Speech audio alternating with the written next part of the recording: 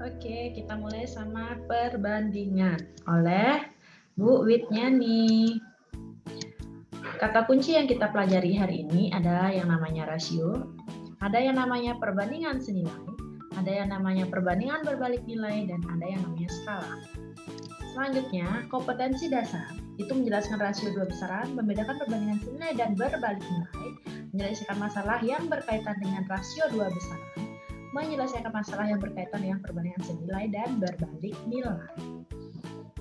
Kemudian, pengalaman belajar, ini ya, nanti kalian bisa baca sendiri. Selanjutnya, langsung saja kita mulai sama pengertian perbandingan. Jadi perbandingan itu apa sih? Perbandingan adalah proses membandingkan dua nilai dari besaran sejenis. Untuk menyatakan perbandingan, itu ada 3 cara. Cara yang pertama, itu bisa dengan pecahan. Jadi contohnya 2/3, itu artinya 2 berbanding 3.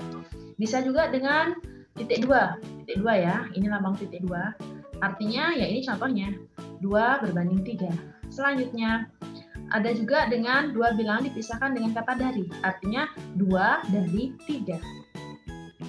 Kita lanjut, misalkan contoh, dari 30 siswa terdapat 20 siswa ke sekolah berjalan kaki dan sisanya naik angkot. Kalau misalkan siswa yang ke sekolah berjalan kaki itu 20, ada siswa semuanya 30, berarti yang naik angkot itu adalah 10 siswa ya. Jadi dapat kita simpulkan, yang pertama, jumlah siswa yang ke sekolah berjalan kaki itu adalah 20 dari atau per 30. 30 itu jumlah semuanya. Jadi 2/3 dari siswa semuanya. Bisa juga perbandingan siswa yang berjalan kaki dengan siswa yang naik angkot adalah yang berjalan kaki ada 20, yang naik angkot ada 10. Jadi 20 sama 10 itu bisa sama-sama kita bagi 10. 20 bagi 10 dapat 2, ini 2 ya. Kemudian 10 bagi 10 dapat 1, jadi perbandingannya 2 berbanding 1. Selanjutnya, jumlah siswa yang berjalan kaki itu adalah 2 dari 3 siswa. Kenapa 2 dari 3? Karena 20 dari 30 siswa. Jadi 20 sama 30 bisa sama-sama kita bagi 10 juga ya. Jadi 2 dari 3 siswa. Itu perbandingan. Selanjutnya, contoh kedua, misalkan mampu mengendarai sepeda sejauh 2 km dalam waktu 10 menit. Adik mampu mengendarai sepeda sejauh 0,5 km dalam waktu 3 menit. Jika mereka mengendarai sepeda bersama-sama untuk pergi ke sekolah, siapakah yang duluan sampai ke sekolah? Jadi penyelesaiannya, artinya ini satuannya itu kan masih beda ya. Ini kilometer per 10 menit. Sedangkan ini 0,5 km maksudnya ya. 0,5 km per 3 menit. Jadi dapat disimpulkan, nah seperti ini. Kenapa dikali 6? Karena ini kita jadikan jam. 10 menit biar jadi 1 jam itu kan mesti kita kali 6 karena 60 menit kan sama dengan 1 jam. Jadi karena 10-nya kita kali 6, maka 2-nya ini juga kita kali 6. Jadi 2 kali 6 itu sama dengan 12 km per jam. Jadi itu kecepatannya si kakak. Kemudian kecepatannya si adik, karena ini per 3 menit, dari 3 menit biar jadi 1 jam, itu pasti dikali 20. Jadi 0,5 kita kali sama 20. Ya, 0,5 kita kali 20 itu sama dengan 10 km per jam. Nah, karena kecepatannya si kakak itu 12, kecepatannya adik 10, berarti yang lebih cepat itu adalah si kakak. Jadi yang duluan sampai di sekolah itu adalah kakak. Kesimpulannya, yang duluan sampai di sekolah itu adalah si kakak. Selanjutnya, perbandingan itu dibedakan menjadi 2 jenis, yaitu perbandingan senilai. Apa sih perbandingan senilai itu? Perbandingan senilai adalah perbandingan antara 2 atau lebih besaran, di mana suatu variabel bertambah, maka variabel lain juga ikut bertambah atau sebaliknya. Kalau yang lain berkurang, berarti temannya juga ikut berkurang. Artinya sama dia ya, jadi kalau yang satu bertambah, temannya yang lain bertambah. Kalau yang satu berkurang, temannya yang lain berkurang. Contohnya seperti ini, jika seorang penjahit mampu menyelesaikan 2 baju dalam waktu 1 hari, kalau 2 baju 1 hari, berarti penjahit itu mampu menyelesaikan 4 baju dalam waktu 2 hari. berarti 6 baju dalam waktu 3 hari. Nah, ini contoh perbandingan senilai. Artinya kalau ini 2 nambah, berarti si hari juga nambah. Kalau si baju berkurang, berarti si hari juga berkurang. Kemudian selanjutnya yang kedua itu adalah perbandingan berbalik nilai. Perbandingan berbalik nilai adalah perbandingan yang memberikan relasi antara dua besaran yang jika salah satu besaran yang diperbesar, maka besaran yang lain akan diperkecil dan sebaliknya. Nah, ini kebalikan dari senilai. Kalau temannya ini diperbesar, berarti temannya yang lagi satu adalah diperkecil. Kalau yang ini diperkecil, berarti temannya yang lagi satu adalah diperbesar. Contohnya seperti ini. Jika satu orang ini dapat menanam 10 pohon dalam waktu 1 jam. Satu orang 10 pohon dalam waktu 1 jam. Sekarang kalau ada 2 orang, berarti dia itu mampu menanam pohon 10 pohon itu dalam waktu setengah jam. Jika 100 ekor ayam menghabiskan 1 karung pakan dalam waktu 3 hari, maka 50 ekor ayam akan menghabiskan 1 karung pakan selama 6 hari. Artinya gini, kalau 100 ekor ayam itu mampu menghabiskan dalam waktu 3 hari. Berarti kalau ayamnya itu ada 50, berarti dia itu mampu menghabiskan dalam waktu 6 hari. Lebih banyak dia ya. Jadi ayamnya semakin kecil, harinya semakin banyak. Kalau ayamnya semakin banyak, harinya itu semakin kecil. Itu namanya perbandingan berbalik nilai. Jadi kesimpulannya perbandingan senilai itu perbandingannya lurus. Perbandingannya lurus. Kemudian perbandingan berbalik nilai itu perbandingannya balik ya, berbanding balik ya. Selanjutnya ini contoh grafik perbandingan senilai. Jadi ini ada grafiknya, ya. Ini ada grafik sumbu X sama sumbu Y. Ini sumbu Y. Kemudian ini garis merahnya ini menyatakan perbandingan. Nah, kalau gambarnya seperti ini merupakan perbandingan senilai. Perbandingan senilai. Jadi garis pada grafik naik. Sedangkan yang ini contoh grafik perbandingan berbalik nilai. Dia itu langsung seperti ini dia. Ya, menurun dia. Garisnya turun dan tidak melewati titik 0,0 dan tidak memotong sumbu koordinat. Jadi seperti ini garis grafik perbandingan berbalik nilai. Selanjutnya, contoh 1. Jadi ada kasus seperti ini. Kakak membuat kue, 4 kue ya, menggunakan 30 butir telur. Jika telur yang tersedia itu ada 75 butir, berapa kue bolu yang dapat dibuatkan kakak? Jadi kalau dilihat dari ini, kalau 4 kue itu menggunakan 30 telur. Nah, sekarang kalau telurnya itu semakin banyak, berarti bolu yang dihasilkan semakin banyak. Berarti dia itu perbandingan senilai. Ya, jadi kita bahas dulu. Pertama, kita buatkan tabel dulu. Tabel untuk kejadian tersebut. Jadi kejadiannya seperti ini. Nah, ini tabelnya ya. Jadi ini ada tabel kue, ini ada tabel telur. Kalau kuenya itu ada 4, itu telurnya itu 30. Sekarang kalau telurnya itu 75, kuenya berapa? Seperti itu pertanyaannya. Ya, ini tabelnya. Selanjutnya berarti kita dapat simpulkan banyak kuenya. Banyak kuenya berarti kita buatkan perbandingan dulu ya. Karena ini perbandingannya senilai, berarti kita pakai per dia tandanya. Jadi 4 per 30 itu akan sama dengan X per 70. Seperti ini. Jadi yang pertama, baris pertama ini, yang ini ya, baris pertamanya kita pakai per dia. 4 per 30 itu sama dengan X per 75. Setelah kita dapatkan perbandingan seperti ini, kemudian untuk mencari nilai X, kita silangkan. Ya, kita kali silang. 4 kita kali 75, 30 kita kali sama X. Akan dapat seperti ini. 30 kali X itu akan sama dengan 4 dikali 75. 30 kali X, 30 ya. 30 kita bawa ke depan sama dengan. Jadi karena 30 ini sebagai pengalih, 30 di sini sebagai pengalih, kita pindah ke sama dengan, berarti dia itu sebagai pembantu. Jadi 4 kali 75 per 30 itu hasilnya adalah 10. Ya, 4 kali 75 kan 300. 300 bagi 30 hasilnya 10. Jadi banyak kue yang dapat dibuat kakak itu adalah 10 kue bolu. Selanjutnya, contoh berikutnya ya seperti ini. Jadi contoh 2 orang tukang potong rumput dapat memotong rumput pada sebuah lapangan selama 12 hari. Jumlah tukang yang diperlukan untuk memotong rumput tersebut dalam 3 hari adalah.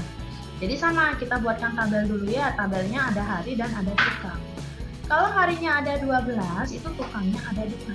Nah, Kalau harinya itu 12, berarti tukangnya ada 2. Nah, kalau harinya 3, berarti secara logika kan tukangnya itu harus bertambah banyak ya. Karena kalau 2 orang itu dapat memotong rumput 12 hari. Kalau misalkan harinya semakin sedikit, berarti tukangnya itu semakin banyak. Nah, ini namanya perbandingan berbalik nilai. Kalau perbandingan berbalik nilai itu kita langsung kalikan ya. Karena kalau senilai itu pakai per 12. Ini sama ini per 12 sama 2 per, tapi kalau berbalik nilai itu kita kali. 12 kali 2 itu sama dengan 3 kali X. Seperti ini dia. Ya, 12 kali 2 sama dengan 3 kali X. 3 di sini sebagai pengali. Pindah ke depan sama dengan, itu akan menjadi pembagi. Seperti ini. Ini sebenarnya bisa ditukar nih posisinya ya. Jadi X sama dengan 24 per 3 atau 24 per 3 itu sama dengan X. Sama saja. Ya, 24 per 3 sama dengan X boleh. Jadi 24 bagi 3 hasilnya 8. Jadi banyak tukang yang diperlukan itu adalah 8 orang. Seperti itu. Selanjutnya, skala. Skala itu adalah perbandingan antara jarak gambar dengan jarak sebenarnya. Ya, perbandingan ukuran gambar dengan ukuran sebenarnya atau sesungguhnya. Pada peta terdapat ukuran skala itu misalkan 1 berbanding 200.000. Yang artinya setiap 1 cm pada peta itu akan mewakili 200.000 cm yang sesungguhnya. Jadi kalau di gambar itu 1 cm berarti artinya yang sebenarnya itu adalah 200.000 cm yang sebenarnya.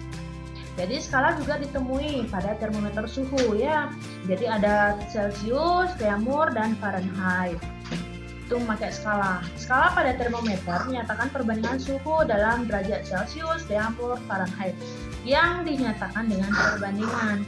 Misalkan perbandingannya itu seperti C berbanding R berbanding F. Jadi Celcius berbanding Reaumur berbanding Fahrenheit, Fahrenheit kurang 32 itu akan sama dengan 5 berbanding 4 berbanding 9. Contoh dulu ya. Jadi contoh 5 adalah suatu bentuk dimensi yang meniru sebuah benda atau objek yang memiliki skala, misalkan miniatur pesawat, miniatur gedung, miniatur perumahan, dan sebagainya. Maket pada gambar di samping adalah maket perumahan yang akan dijual. Suatu maket dibuat dengan skala 1 berbanding 200. Ukuran panjang dan lebar setiap rumah dalam maket tersebut adalah 7,5 cm dikali 4 cm. Yang ditanya, hitunglah ukuran panjang dan lebar rumah sebenarnya. Perbandingan luas rumah dalam denah terhadap luas rumah sebenarnya. Jadi,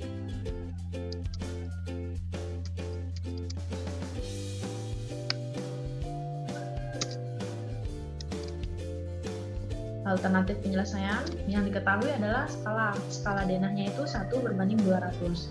Panjang rumah pada denah itu 7,5 cm. Lebar rumah itu pada denah 4 cm. Misalkan P adalah panjang rumah sebenarnya dan L adalah lebar rumah sebenarnya. Sehingga panjang rumah sebenarnya dapat ditentukan sebagai berikut. Ini yang diketahui ya. Berarti seperti ini dia. Jadi untuk si panjang sendiri yang diketahui itu kan 1 berbanding 200. 1 berbanding 200 ini skala ya. Jadi 1 cm di denah itu mewakili 200 cm yang sebenarnya.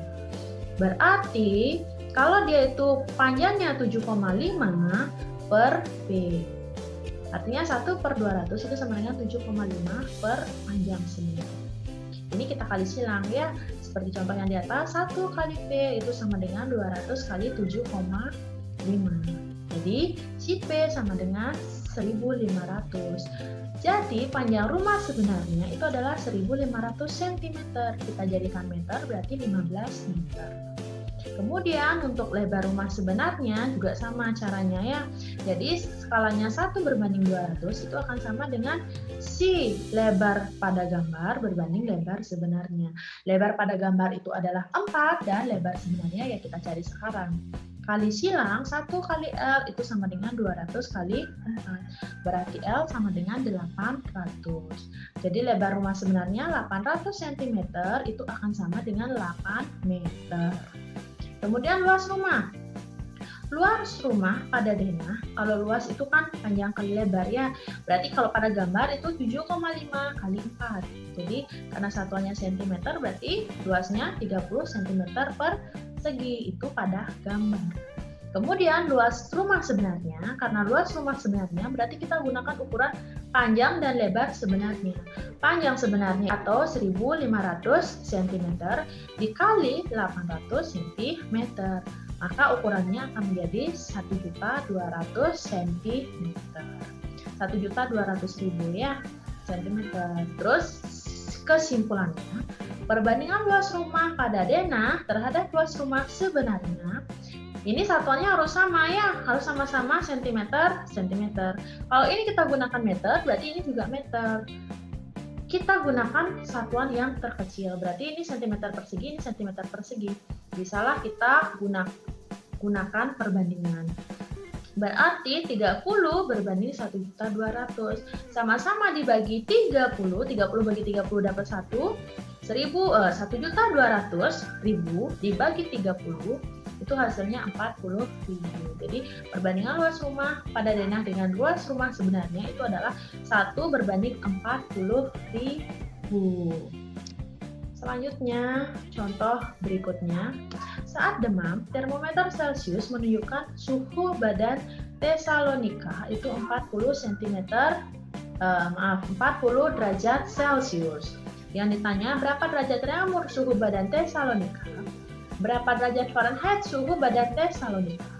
Jadi yang pertama, untuk yang A dulu ya, alternatif penyelesaiannya kita buatkan diketahuinya dulu ya sebenarnya. Jadi suhu badan Tesalonika itu 40 derajat Celcius. Perbandingan suhu pada termometer Celcius terhadap reaumur adalah Celciusnya 5, reaumurnya 4. Kalian bisa menulisnya juga dengan Celcius berbanding reaumur itu sama dengan 5 berbanding 4. C menyatakan suhu dalam Celcius dan R menyatakan suhu dalam reaumur. Jadi bisa juga kalian nyatakan sebagai berikut.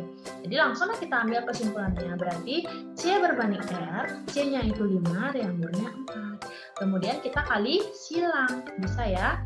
Kita kali silang. Ini yang diketahui itu adalah Celcius. Berarti Celciusnya ini, C-nya ini kita ganti dengan 40. Berarti 40 kali 4 kali silang ya. Jadi 40 kali 4 sama dengan 5 kali R. 40 kali 5, 5-nya ini sebagai kali, pindah ke depan sama dengan sebagai bagi dia. Berarti 40 kali 4 per 5 dapatnya 32. Jadi suhu badan Tesalonika dalam bentuk reaumur adalah 32 derajat reaumur. Kemudian kalau ada derajat Fahrenheitnya gimana? Seperti ini. Celcius berbanding Fahrenheit itu sama dengan C berbanding F kurang 32. F kurang 32 ya, sama dengan 5 berbanding 9. Bisa dinyatakan dalam bentuk seperti berikut ini. Sama ya, C berbanding F kurang 32 itu sama dengan 5 per 9. Jadi Celcius itu 5, Fahrenheit dikurang 32 sama dengan 9. Kemudian Celciusnya kita ganti dengan 40 kali silang ya. Jadi 40 kali 9 itu sama dengan 5 kali dalam kurung Fahrenheit kurang 32. Jadi 5 kita bawa ke depan sebagai pembagi dia ya. Jadi 360 per 5 itu sama dengan Fahrenheit kurang 32. Jadi 360 dikurang per bagi 5 itu hasilnya 72. Sedangkan ini min 32. Min 32 kita pindah ke depan sama dengan jadi plus 32. Jadi 72 ditambah 32 itu akan menjadi 104. Jadi suhu badan Tesalonika dalam bentuk Fahrenheit itu adalah 104 derajat Fahrenheit. Ada yang bertanya kenapa Fahrenheit itu dikurang 32? Nanti kalian cari jawabannya sendiri ya. Oke, tetap semangat belajar. Sampai jumpa.